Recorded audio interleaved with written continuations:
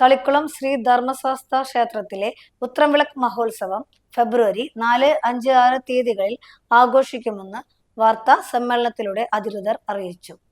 ഫെബ്രുവരി 4 ഉത്സവ തലേന്ന് വൈകിട്ട് 7 മണി മുതൽ ദീപാരാധന, രാത്രി 8 മുതൽ വിശേഷാൽ പൂജകൾ. ഉത്സവ ദിവസമായ ഫെബ്രുവരി 5 ക്ഷേത്രം തന്ത്രി ബ്രഹ്മശ്രീ പഴങ്ങാപ്പറമ്പിൽ കൃഷ്ണൻ നമ്പൂതിരിയുടെ കാർമ്മികത്വത്തിൽ പുലർച്ചെ 3 മണിക്ക് നിർമ്മാല ദർശനം, 3:30 വാകച്ചാർത്ത്, 3:40 മുതൽ ഗണപതി ഹവനം, നവകം, വിശേഷ പൂജകൾ, 6:30 ഉഷപൂജ, 8 കലശാഭിഷേകം തുടങ്ങിയവ നടക്കും. തുടർന്ന് രാവിലെ 9 മണിക്ക് നടക്കുന്ന ശീവേലി എഴുന്നള്ളിപ്പിൽ ഗജരാജൻ ഊട്ടോളി മഹാദേവൻ ശാസ്താവിന്റെ തിടമ്പേറ്റും. ചെമ്പൂക്കാവ് വിജയകണ്ണനും എഴുത്തുപുരക്കൽ വിജയപ്രസാദും കൂട്ടാനകളാകും.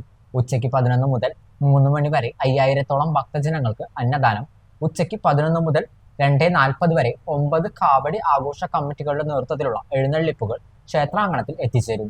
ഉച്ചതിരിഞ്ഞ് 3:15 ഗജവീരന്മാരോട് കൂടിയ എഴുന്നള്ളിപ്പിൽ മച്ചാട് രാജനൻ ടീമിന്റെ പഞ്ചവാദ്യം, മേളപ്രമാണം ഉദയൻ കണ്ണമ്പ്ര നയിക്കുന്ന ചെണ്ടമേളം. വൈകിട്ട് 7:15 വർണ്ണമഴ, 7:30 സ്പെഷ്യൽ നാദസ്വര കച്ചേരി, രാത്രി 9 പഞ്ചമന്ദളകേളി, കൊമ്പുപറ്റ്, കുഴൽപ്പറ്റ്, കേളി. 9:30 KPR മോഹനൻ ആശാൻ തളിക്കുളം ടീം അവതരിപ്പിക്കുന്ന ശാസ്താംപാട്ട്.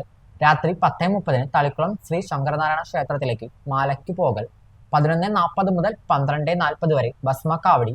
രാത്രി 12 മണി മുതൽ 2 മണി വരെ വിവിധ കാവടി ആഘോഷ കമ്മിറ്റികളുടെ എഴുന്നള്ളിപ്പുകൾ.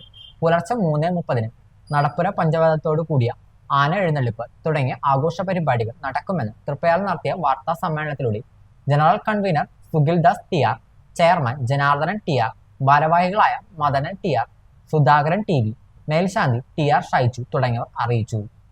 വളരെ പ്രാധാന്യമുള്ള ഒരു ക്ഷേത്രമാണ് തളിക്കുളത്തെ. ഏറ്റവും കൂടുതൽ ആളുകൾ സമകാലീനമായിട്ട് പരിശോധിച്ചാൽ ഏറ്റവും കൂടുതൽ ഭക്തജനങ്ങൾ പങ്കെടുക്കുന്ന ഒരു ഉത്സവമായിട്ട് തളിക്കുളത്തെ ഈ ക്ഷേത്ര മഹോത്സവം മാറിക്കഴിഞ്ഞിട്ടുണ്ട്.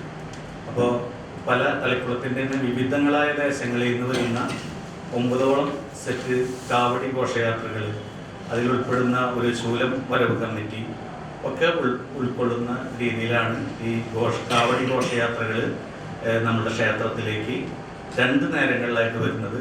അതിനോടൊപ്പം തന്നെ ഒട്ടനവധി ആളുകൾ അതിൻ്റെ ഭാഗമായിട്ട് ഈ കാവടി ഘോഷയാത്രകളിൽ പങ്കെടുത്തുകൊണ്ട് വരികയും ക്ഷേത്രത്തിൽ സമാപിക്കുകയും ചെയ്യുന്ന രീതിയിലാണ് ഉത്സവം ഇത്ര ശ്രദ്ധേയമായിട്ടുള്ളത്.